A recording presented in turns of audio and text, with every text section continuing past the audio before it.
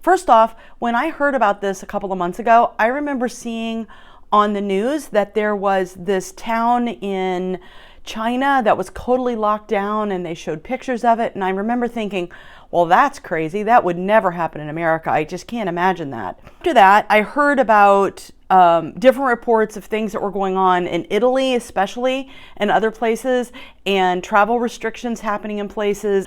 I remember telling a friend Thursday, 2 weeks ago, that I wasn't afraid of getting the virus, but I was somewhat afraid of getting caught up in some sort of a quarantine or lockdown or stuck out of the country and not able to get back. On Monday, March 9th, we received an email from our superintendent that said that the Avon schools were closing for 2 weeks because one person had been tested positive in Avon. And in the email, she said if even one person in Westfield tests positive, it will trigger an automatic 2-week e-learning time. And I remember thinking then that seemed so dramatic. I'm like, we have flu and stuff all the time. How could this possibly be that bad? To flatten this curve. A lot of people are going to get the disease, but if we flatten the curve, then we will be more successful in treating those who need help. If we don't flatten the curve, our healthcare system will be overwhelmed, and we won't be able to treat everybody, and we'll lose a lot more people.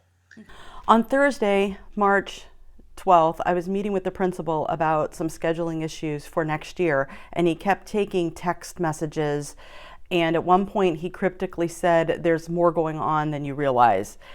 And by that evening, we got the call that everything was going to go to e-learning for the next 2 weeks. Now, shelter in place. I'm not going to be that. I didn't want to be that other person, that extra person on the street. Okay. So, yeah, it does affect your plans, and it does. But it's only a couple weeks. If everybody donates a couple weeks of their time, we can flatten this out and save a lot of lives. Okay. Message, I think, for spring breakers is that the party's over in Florida. You're not going to be able to congregate on any beach in the state. I had one day, Friday, March 13th, to meet all of my students and to get them signed up for our online video editing program, WeVideo, and to train them how to move things off of a cell phone into the WeVideo program. Tuesday evening, I watched a webinar from PBS Student Reporting Labs. I use some of their curriculum in my class already, and they were really suggesting using the coronavirus experience to allow students to videotape what they're doing, how they're feeling about it, what e-learning is like for them. I'm getting my e-learning done on time. I'm getting everything finished every day. And now it is Thursday of our e-learning week, and all of my students have successfully recorded something and put it where it needed to go.